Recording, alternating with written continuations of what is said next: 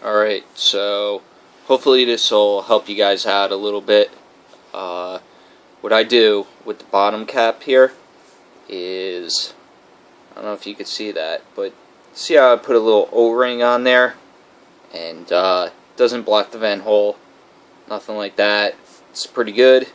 What that does is it'll prevent a short if you've got a battery that's kind of worn out on the bottom there. So what you want to do, of course, is put your battery in, screw it all together, and hopefully everything works out right, and you'll get pretty much a little tighter fit with that O-ring in there, but it actually works out pretty good. So that's a hot spot and wick right there. Just gonna do a couple of dry burns. There's not much juice in here. I usually don't let it get that low, but once it starts wicking, you're good. That bad boy lit up. And once it starts wicking, you're good. So basically what you'll want to do too is, let's see if you could see this, right at the bottom of your post, right at the bottom there, see where there's that little brass screw? You want to tighten that jammy right down. Make sure it's sitting pretty flush up against that little O-ring in there. And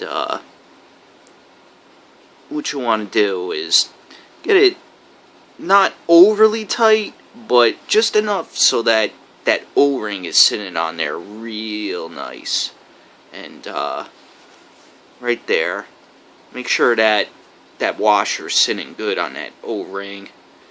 And what I also do too is the top part you may want to bring down a little bit more so that the top of your wick, you'll want it just about even with the center post. That way it doesn't hit the top cap. Now underneath here, if I could get it off, I've also done, it's being a little stubborn of course, but that's what happens when you try and make a video. You can't get the darn thing off, right? Well, it's a little hot in here today, so doesn't matter. You'll see the same thing on the bottom side, and do the same thing.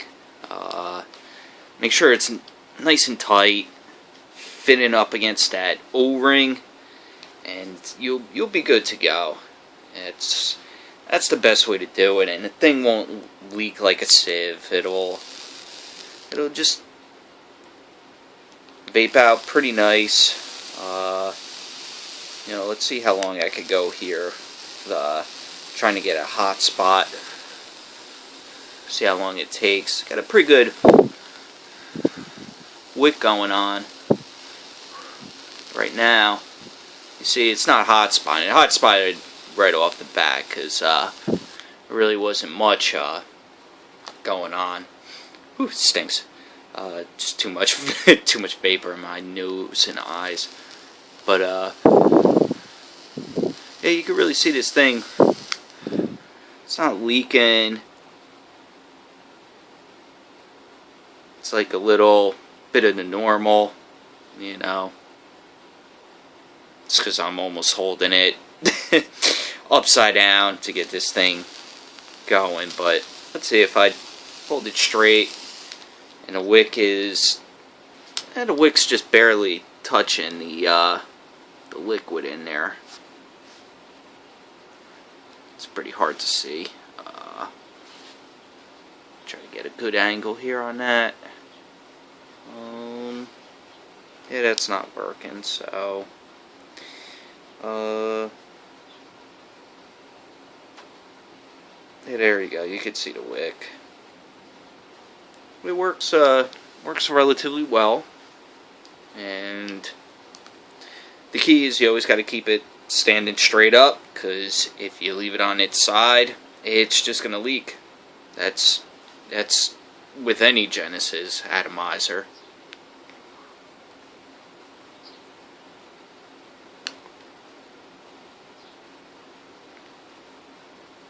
Let's see, I'm going to really try and chain vape the hell out of this thing.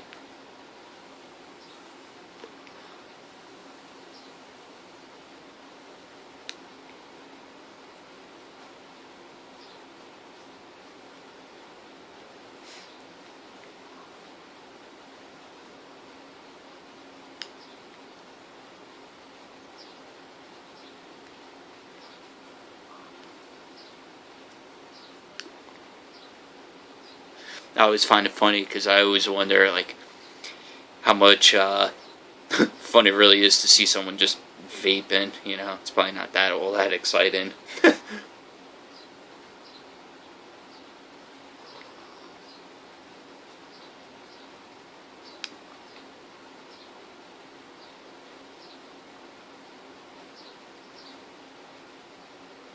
This coil is probably at around maybe 1.1, 1.2 ohms. I don't like to go below 1 ohms. It's got that 18350 battery. I'm not risking it. If I want to go sub-ohm, I'll use something with an 18350. It's just the way it is, you know.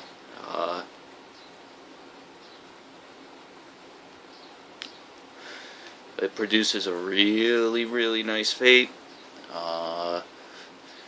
Let's get something just to compare to real quick against the Vapor. I don't know. Here's a iHybrid. I got this thing probably set up around maybe 0.8, 0.9 ohms.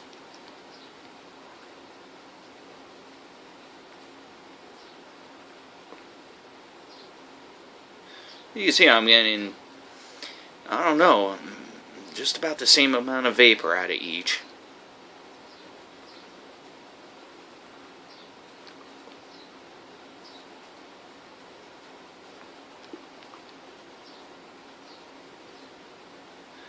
Oh, different juices. That always makes a world of a difference. And we'll try just to do some comparisons. Is like a Aga S on a JM22.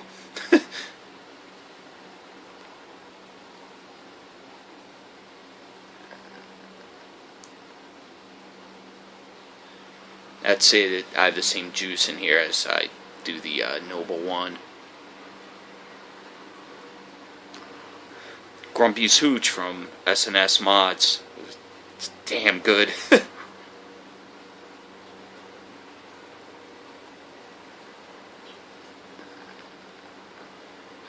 Alright guys, well, hope this helps someone out.